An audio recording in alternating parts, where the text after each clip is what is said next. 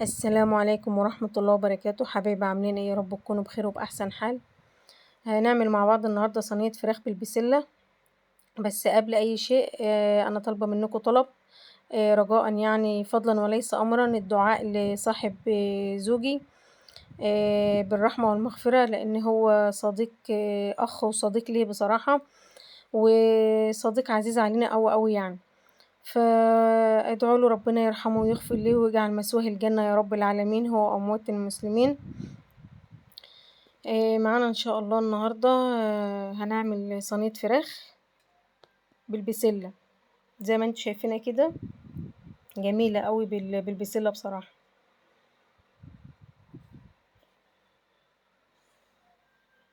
شايفين الجمال؟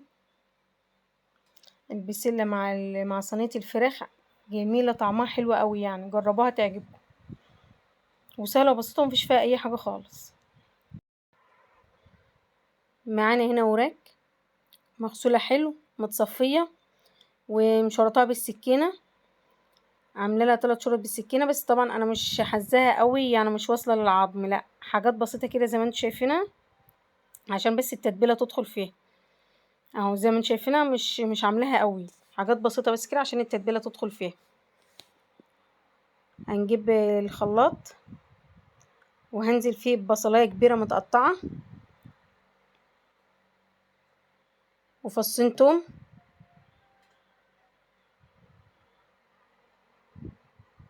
و4 حبايات طماطم متوسطه متقطعين مش كبار يعني، و2 فلفل متقطعين ونص فلفل سبايسي حراق لو مش حابين عادي، بس صينية الفراخ اما بتكون مشطشطة شوية بتبقى حلوة.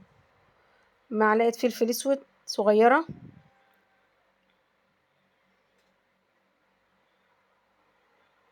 معلقة كزبرة ناشفة،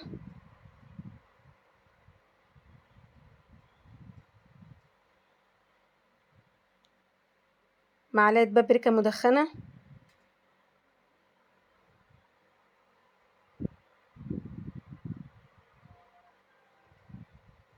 نص معلقة قرفة، نص معلقة صغيرة، نص معلقة بهارات فراخ،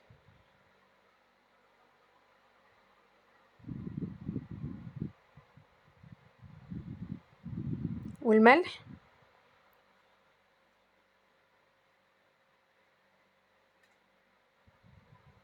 ربع كوباية زيت،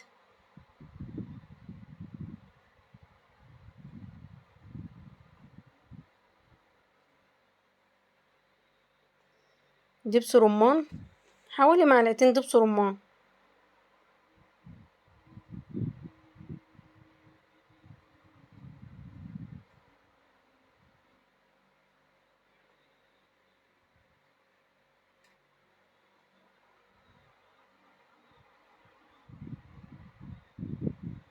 معلقتين صلصة،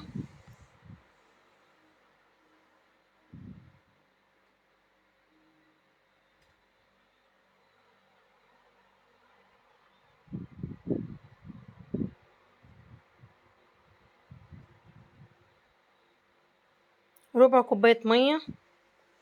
وهنضرب بقى المكوناتنا ديت في الخلاط وهنتبل الفراخ بيها كده. بقى هننزل بالتتبيلة على الفراخ بس مش كلها، عشان هنشيل شوية علشان الأرضية بتاعت الصينية.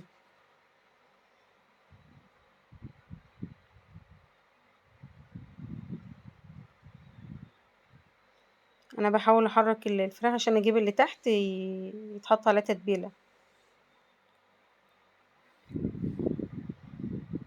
هسيب بقى نص التتبيله او ربعها، هي اللي ما شاء الله التتبيله دي بزياده يعني. هجيبنا الصينيه وهنحط فيه بصل حلقات،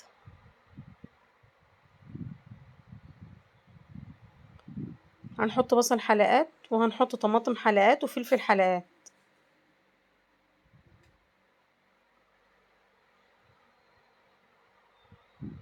وبعد كده هننزل عليها بالتتبيله. بس طبعا هحط البسله، انا طبعا حطيت التتبيله على الطماطم والبصل والفلفل، وبعدين حطيت البسله. لا انتوا حطوا البسله مع البصل والطماطم والفلفل، وبعد كده انزلوا بالتتبيله عليها. صينيه الفراخ بالبسله جميله، جربوها تعجبكم قوي.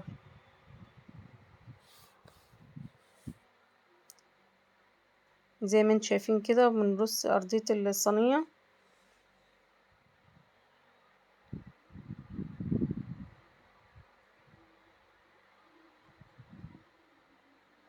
حبايبي ادعوا لولادي ربنا يبارك لي فيهم ويحفظهم يا رب. اصحابي اللي عندي على الفيس، طبعا انا منزله فيديو اول امبارح لابني وهو واقع، يعتبر واقع من دور تاني، كان بيعمل صيانه للتكييف ووقع. فالحمد لله ان هي جت على قد كده، انا بحمد ربنا الحمد لله ان هي جت على قد كده. فرجاء منكم تدعوا لاولاد ربنا يبارك فيهم ويحفظهم ويبعد عنهم عيون الناس يا رب. يا رب يبارك لي فيهم ويحفظهم لي ويبعد عنهم عيون الناس، لان مفيش حد بيسيب حد في حاله بصراحه يعني.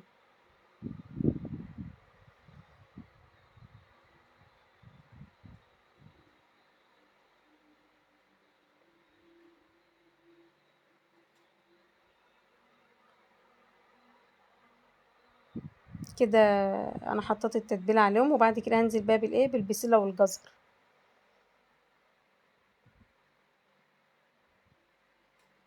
اللي وصل هنا للدقيقه الستة يا ريت يحط لي اللايك.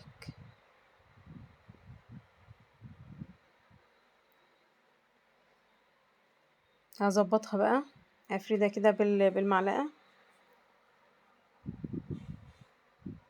وبعد كده بقى هرص عليها الفراخ.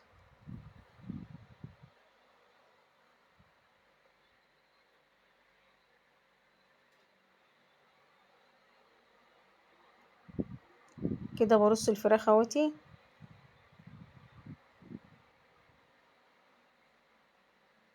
وهخلصها وهغطيها بورقه زبده وبعد كده بورق الفويل.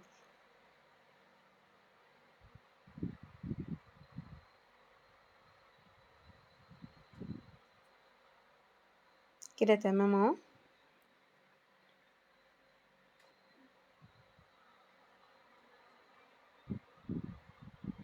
هجيب بقى ورق الزبده واغطيه بقى. انا جبت ورقه الزبده وظبطتها على الصينيه، وبعد كده قصيتها يا دوبك على قد الصينيه بالظبط، عشان ما ينفعش يطلع منها بره، عشان ما تلقطش نار او حاجه من الفرن. بخليها يا دوبك على قد الصينيه من جوه، والورق الفويل عادي من بره عادي. كده انا حطيتها اهوتي، وبعد كده اشيلها بقى اظبطها بالمقص. بعد كده هدخلها الفرن، ممكن اخليها على البوتاجاز تقلب قلبتين، وبعد كده ادخلها الفرن براحتكم يعني.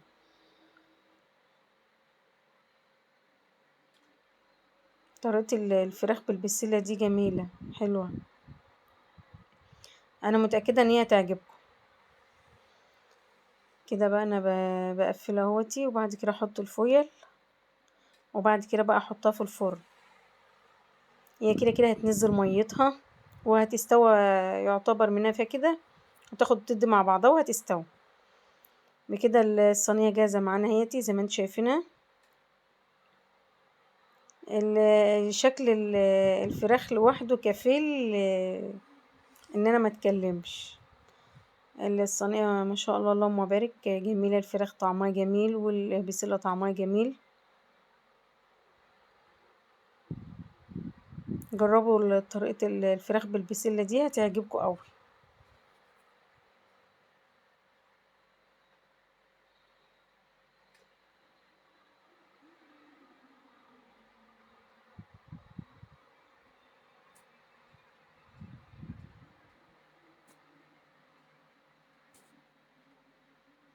كده قدامكم اهو انتوا شايفينها ما شاء الله مستويه وحلوه ما شاء الله، والفص من جوه ابيض وحلو.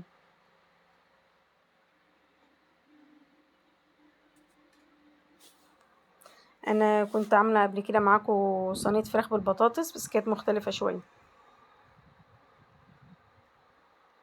كانتش زي دي. كان فيها اختلافات شوية يعني.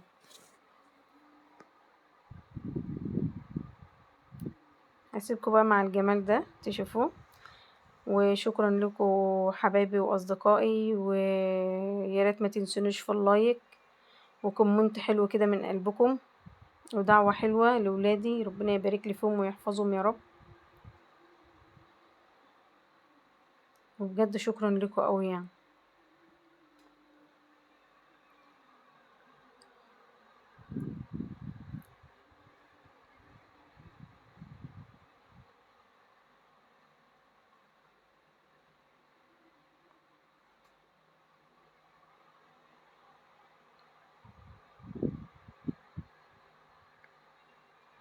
طبعا انتوا شايفين البسلة عاملة ازاي،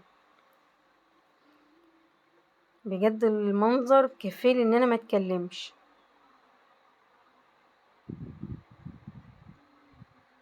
جربوها وقولوا رأيكم، ويا ريت اللي يجربها يقول لي رأيه. في اصحاب ليا جربوا قبل كده صينية الفراخ برضو بالبطاطس، جربوها وقالوا لي، وفي ناس جربت شوربة السي فود وقالوا لي برضو، والكفتة.